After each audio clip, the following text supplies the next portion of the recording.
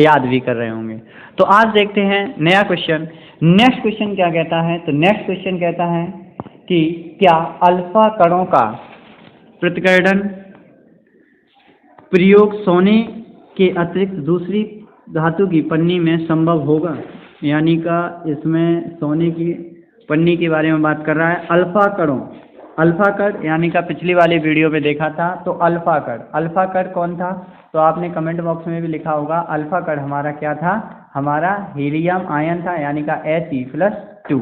तो हमने आपसे पूछा था किस धातु का उपयोग किया गया था, तो उसका आंसर हो जाएगा सोने की धातु का उपयोग किया गया था। और कण कौन सा था? तो वो कण अल्फा कण था। तो इसमें ये कह रहा है कि जब हम जो अल्फा कण का पृथक्करण प्रयोग के समय सोने के अतिरिक्त किसी दूसरी धातु का उपयोग कर सकते हैं। अब बताइए, कर सकते हैं कि नहीं कर सकते हैं? नहीं कर सकते हैं। उसका कारण ये है, जब आप हमको ये बताइए सोने की धातु ली क्यों गई थी? तो सोने की धातु ली इसलिए गई थी क्योंकि इसको जितना चाहें उतना पतला कर सकते थे। यानी का धातु की एक विशेषता होती है जिसे क्या बोला जाता है? आघात वर्ग। यानी का यह धातु की कोई विशेषता, यानी का धातु का वह गुण जो उसको अगर पीटा जाए तो वो किस में बदल देता है? एक पतली सी पन्नी के रूप में बदल जाता है। तो वो क्या कहलाता है? आघात वर्ग कहलाता है। तो इसका उत्तर क्या हो जाएगा? इसमें लिखा है कि क्या अल्फा कणों का पृथक्करण प्रयोग सोने के अतिरिक्त किसी दूसरी धातु की पन्नी से संभव होगा? तो लिखा है यदि सोने की बजाय अन्य किसी धातु को सोने की पन्नी जितना यदि पतली बनाई जा सकती है तो परिणाम सोने जैसा ही आ सकता है, परंतु सोना जितना आघातवर्ग धातु कोई दूसरा नहीं है जिसकी इतनी पतली परत बनाई जा सके। तो मतलब कि अगर कोई भी धातु उसकी तरफ से कोई भी धातु उतनी पतली बन जाती है, मतलब कि पन्नी के टॉम में बनाते हैं तो अगर बन जाती है तो यही हो सकता है, वरना ये नहीं है। ठीक, अगला क्वेश्चन देखिएगा। नेक्स्ट क्वेश्चन है कि परमाणु के 3, अब हम परमाणु कणों के नाम लिखिए। तो इसके अंदर हमने आपको बताया था परमाणु के अंदर 3, जबकि डाल्टन ने कहा था कि परमाणु ही सबसे छोटा है, इसके टुकड़े नहीं किए जा सकते, लेकिन हमको बाद में पता चला कि इसके भी 3 मूल कण होते हैं। कौन कौन से होते हैं? एक इलेक्ट्रॉन होता है, एक प्रोटॉन होता है और एक न्यूट्रॉन होता है। क्लियर है? तो परमाणु के 3 अवगुण कणों के नाम लिखिए। तो एक का प्रोटॉन, इलेक्ट्रॉन, प्रोटॉन और न्यूट्रॉन। इलेक्ट्रॉन पर कैसा ऋण आवेश होता है, प्रोटॉन पर धन आवेश होता है और न्यूट्रॉन पर कोई आवेश नहीं होता है। बात क्लियर है? यहाँ तक किसी कोई दिक्कत हो तो बताएंगे।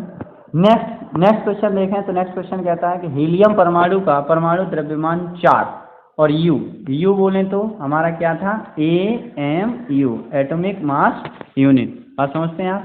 एटॉमिक मास यूनिट के तौर पे इसे जानते थे।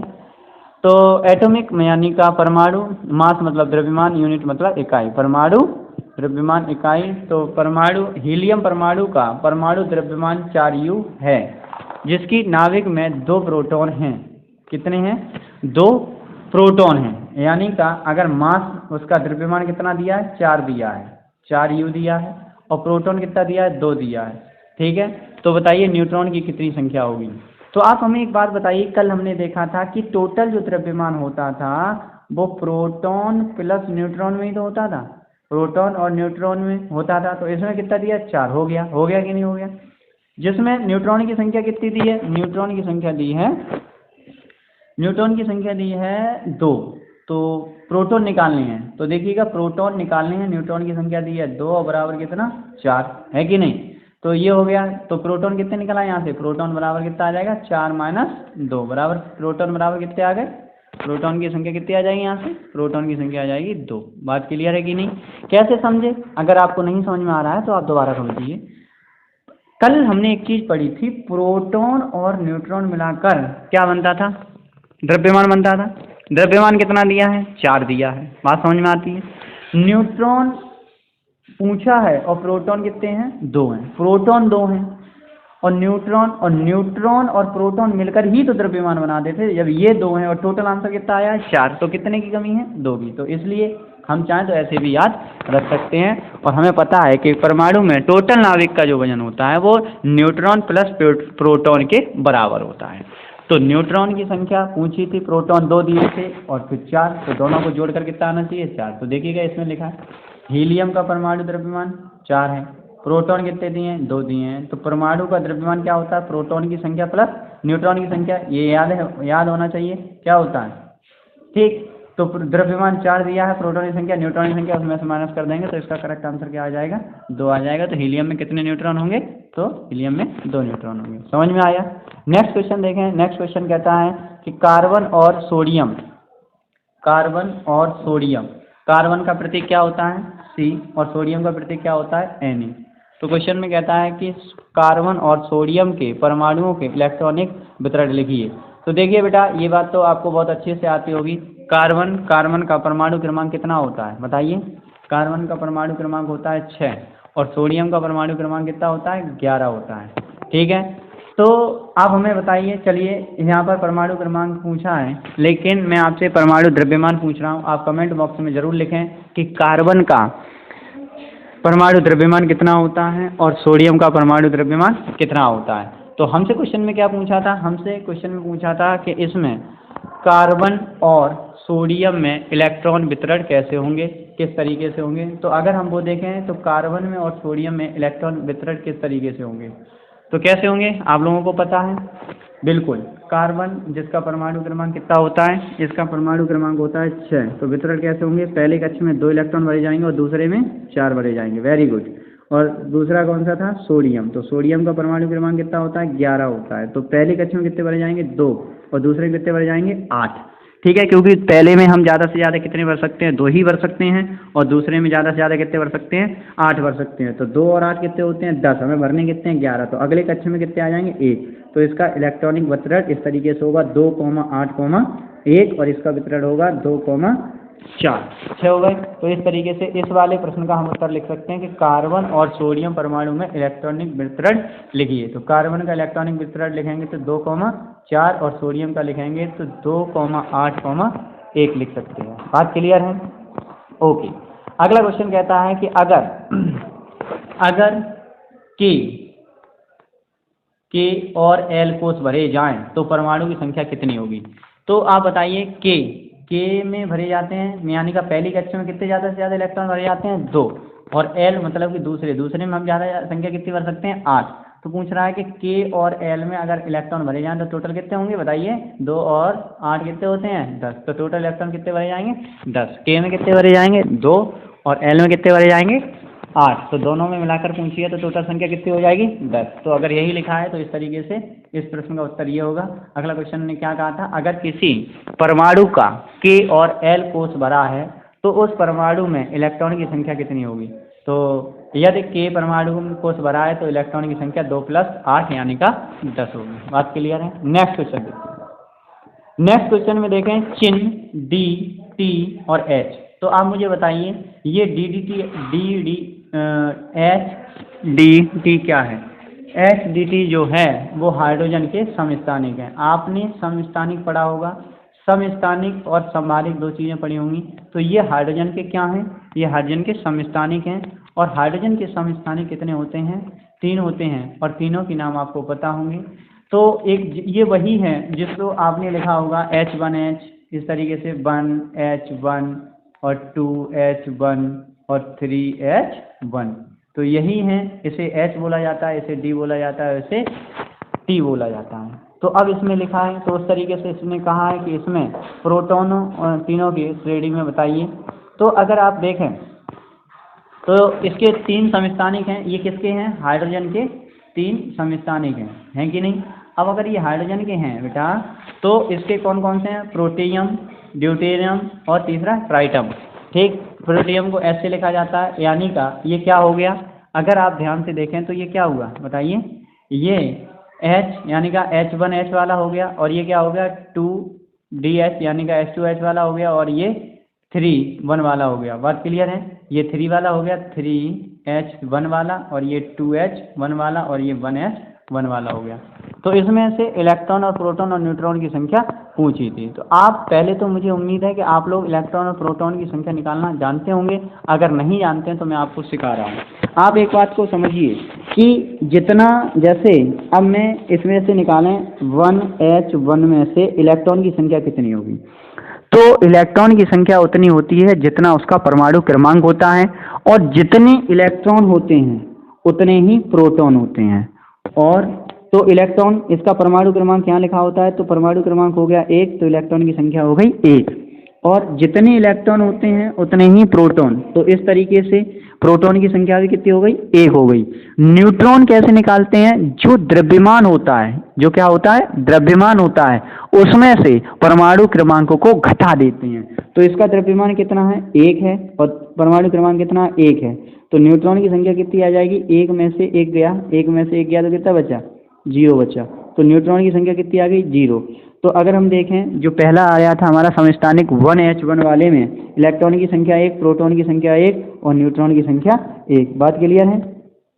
अब इसी के तौर पर अगर दूसरा वाला दिया होता, दूसरे वाले को भी अगर हम लोग निकाल के देखें, तो दूसरे वाले में देखो, दूसरा वाला क्या था, दूसरा वाला था 2H1, है कि नहीं।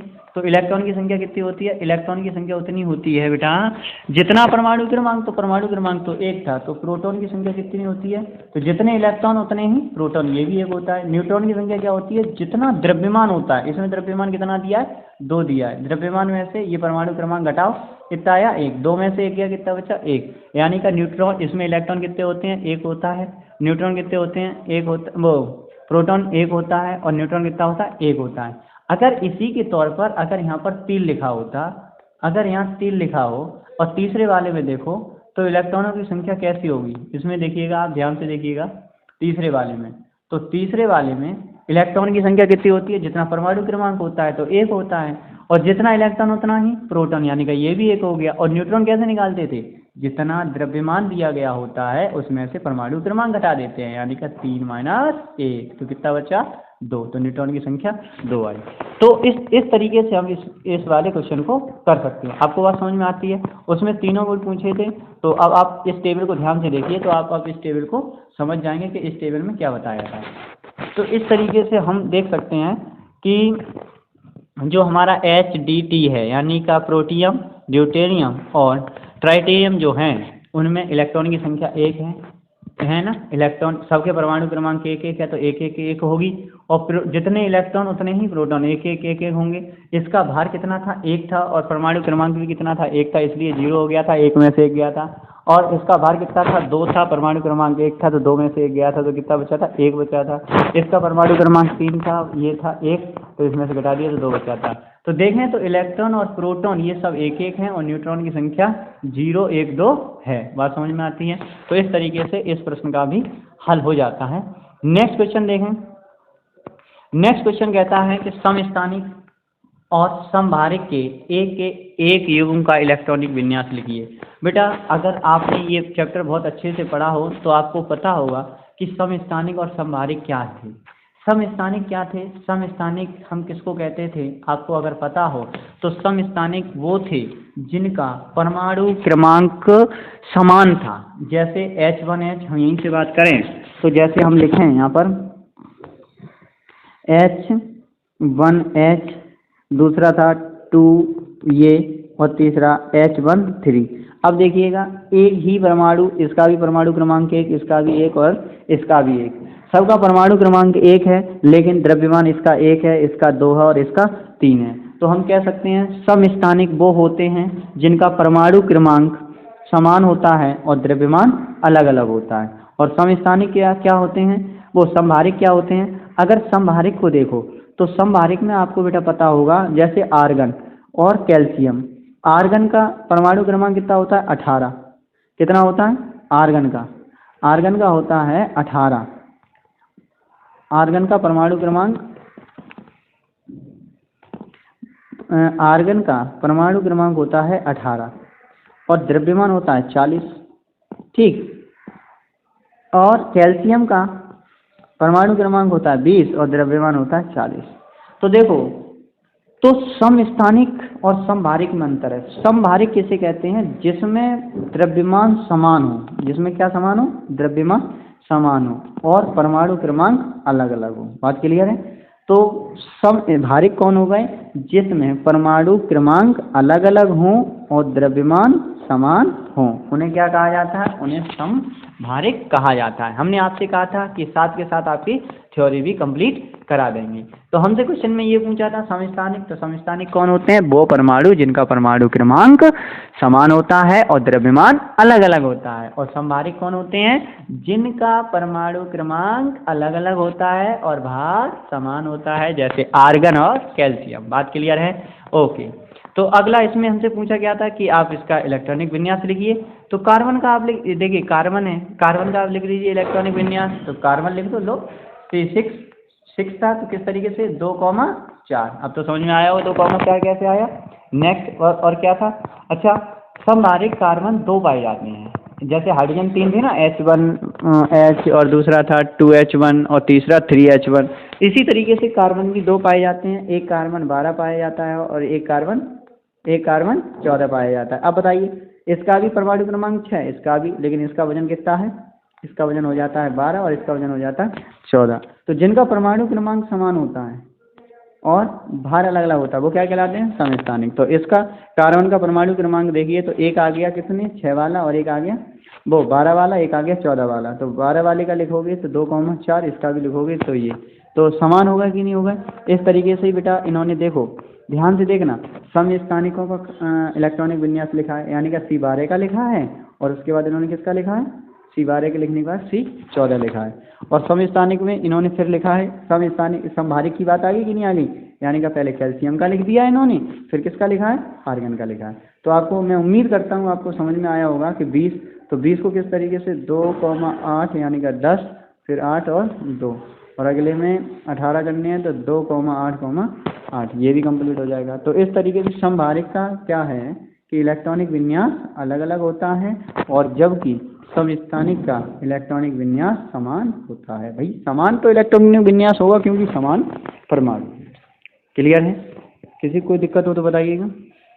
यहाँ तक किसी को कोई दिक्कत नहीं। नेक्स्ट क्वेश्चन देखिएगा, इलेक्ट्रॉन, प्रोटॉन और न्यूट्रॉन की गुणों की तुलना कीजिए। बहुत इंपॉर्टेंट क्वेश्चन है, कई बार तो सीधा सीधा पेपर में आपको देखने को मिलेगा। तो पहले तो हम आपको बता दें, आप यहीं से समझिए, इलेक्ट्रॉन पर सबसे पहले याद रखें माइनस होता है, प्रोटॉन पर प्लस होता है, और न्यूट्रॉन पर कुछ नहीं होता है। प्लस और माइनस दोनों, जितना प्लस होता है उतना ही माइनस होता है। तो इलेक्ट्रॉन को हम चाहें तो E- ऐसे लिख सकते हैं, प्रोटॉन को P+ लिख सकते हैं, और नॉर्मल न्यूट्रॉन को इस तरीके से N से लिखते हैं। इसका द्रव्यमान जो है, अगर आप चाहें तो याद भी कर सकते हैं कि अब द्रव्यमान के तौर पे अगर बात की जाए तो हम देख सकते हैं कि इसका द्रव्यमान क्या है। तो संकेत तो हमें समझ में आते हैं। द्रव्यमान इसका होता है 9.1 गुणा 10⁻31 kg। किसका?